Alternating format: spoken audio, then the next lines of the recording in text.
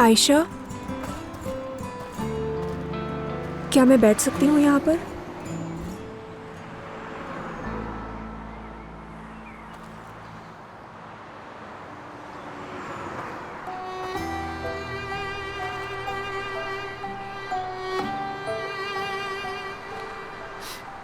मैं फोन भी ले आई हूँ तुम्हारा।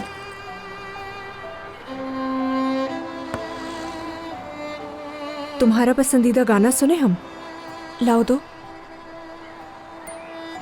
ठीक है, मैं नहीं हाथ लगा रही।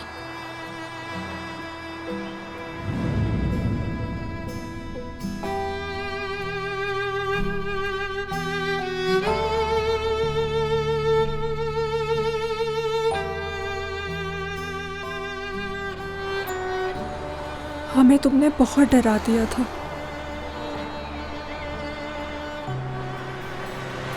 मैं बहुत डर गई थी एलिया। और जानती हो, अम्मी और बाबा भी तुम्हारे लिए बहुत परेशान थे। हमने तुम्हें ढूंढ ही लिया। देखो, सारा भी यहाँ है। हाथ मत लगाओ। लोगों ने मेरे पास आके बैठना शुरू कर दिया था। मैंने कहा भी मेरे साथ मत बैठो, और एक आदमी ने तो सबके सामने मेरा बाजू पकड़ लिया था।